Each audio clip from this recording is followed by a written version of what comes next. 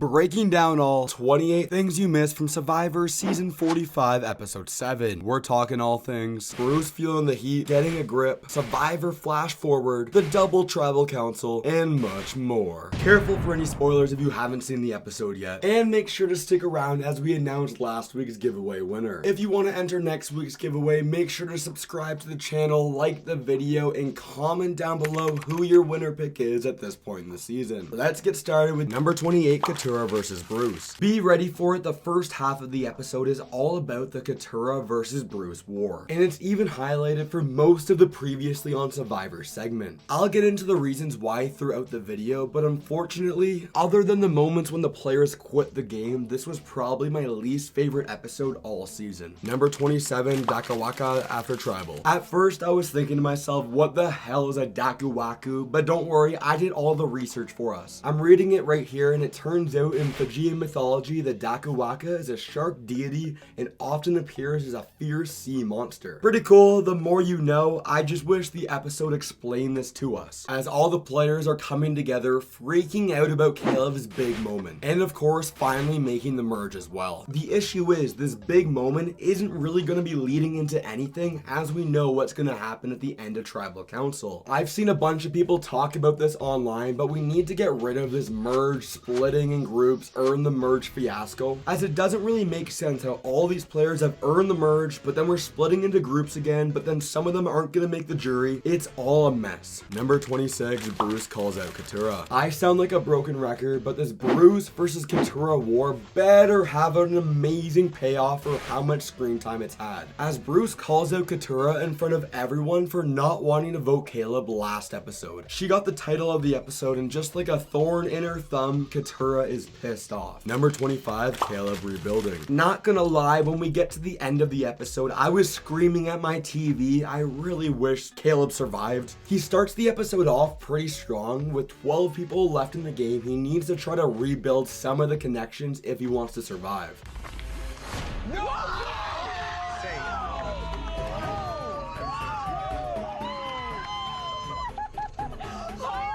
Number 24, Caleb's new plan. So basically, Caleb and Coutura's new plan is with the Bellow tribe to take Bruce out of the game, and he's feeling the heat for it. On top of that, Kelly and Kendra are on board as well, so it's looking like Bruce may be in trouble. Meaning they really only would have needed 2 more people to force a tie, but the producers decide to split the group up anyway. Number 23, Emily and Caleb. Damn, this was disappointing and really tough to see, as Emily admits in confessional that she actually didn't warn Caleb last episode. I guess this duo of Emily and Caleb weren't as tight as I thought they were, as Emily is looking to move forward in the game with Austin and Drew. Maybe a little bit of foreshadowing for what was going to be happening later, as Emily was willing to let Caleb go and get him voted out. Number 22, Austin's new idol. This is super interesting. So it turns out within all the chaos of last week's Tribal Council, and you know what? Let's just play the clip one more time.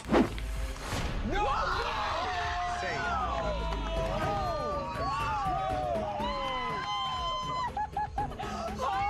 No one realized that Austin sacrificed his vote at last Tribal Council, so technically there was only 11 votes for Caleb and not 12. So now Austin's idol is a full-on hidden immunity idol that's good up until the final 5. And we can't forget Austin and Kelly both have the amulet advantage, so if Austin's able to get Kelly voted out, that means the amulet will turn into a full-on idol as well. Number 21, Bruce playing Survivor. Look, I get it. Bruce is tons of chaos, driving the other players a bit nuts, but I'm a bit biased. He followed me on Instagram this week, so I'm fully Team Bruce. As this is going on, Caleb and Jake talk about how they're going to be moving forward in the game with Bruce. Number 20, Caleb and Bruce. As Bruce is really having a tough first half of the episode, as none of his allies really want to work with him. I feel like one of his kids, and I don't know how I made it 28 years without Bruce telling me what to do. Number 19, Blue Tribe in Shambles. Maybe a little bit of a hot take, but I really think this episode would have been so much more interesting if everyone voted together. We have the tight Red Alliance and this Blue Alliance that wants to stay together, but they're struggling so much. Number 18, Get a Grip. If I ever get to play Survivor, I want to,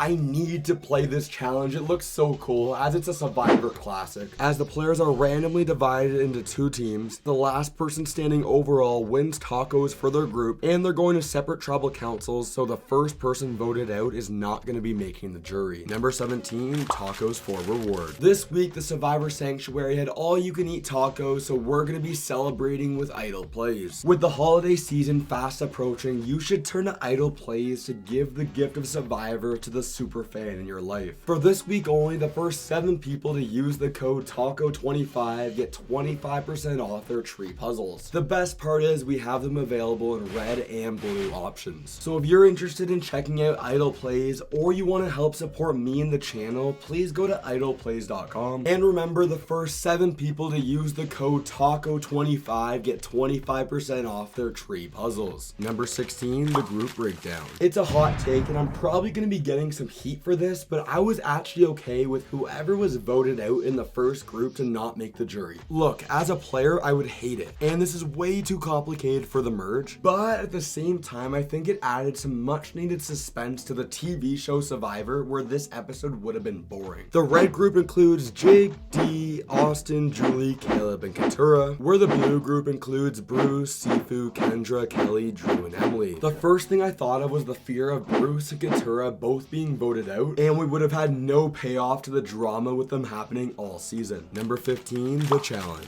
Before the challenge started, I thought the competitors were going to be Austin, Caleb, Kelly, and Dee, and I would have never guessed that we have actual payoff to talking about Dee's feet earlier in the season, but I gotta call it out, your toes aren't going to help you if you're sitting on the pole like this, as Kelly wins on blue and Dee wins overall. Number 14, the Survivor Sanctuary. We knew the tacos were coming from the preview, and to celebrate this week, I had tacos for dinner last night. For better or for worse, how the new era of Survivor works is you need to make big moves if you're gonna win the game. Jake wants to keep Caleb around to use him as a number and as a shield to vote Julie out of the game to make Dee weaker. Julie's really been growing on me all season long, and I don't know why, but I thought this confessional was super intense. We're all voting Caleb, right? Like, that's all I'm thinking. I'm a little worried because all I'm thinking is I'm not safe.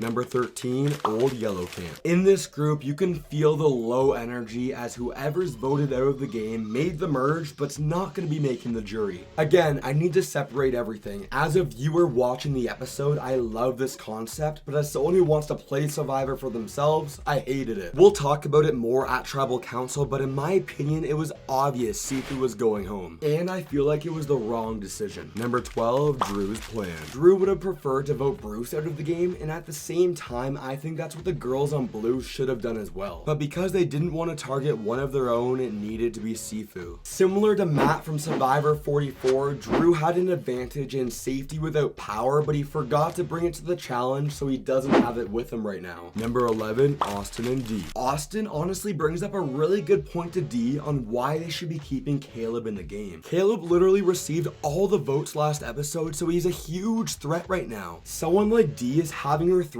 level rise every single episode, so it's really good to keep someone like Caleb in the game. Number 10, Dee's plan. But Dee says it perfectly, that typically if someone is able to survive a round like what Caleb did, they typically don't get targeted again. So Dee just wants to keep the target on Caleb, leading into number 9, Jake and Caleb. These boys are in a little bit of a pickle, and it's all because of Caleb's fault. We need to remember that Bruce has an idol, and in an attempt to save himself last week, we had Caleb tell Austin about the idol. They're worried that Austin could very easily tell Coutura about the idol and make her not trust them. This is really bad, because in the process, Coutura would realize she's on the bottom of the alliance. Number 8, Survivor Flash Forward. Hot take, but as someone who's currently watching Lost, I love this, and Eliza was a big fan as well. I fully respect the producers for trying new editing tricks. Plus, not gonna lie, this is a really confusing move that they're trying to pull off, so having the visualization there really helps. Plan is,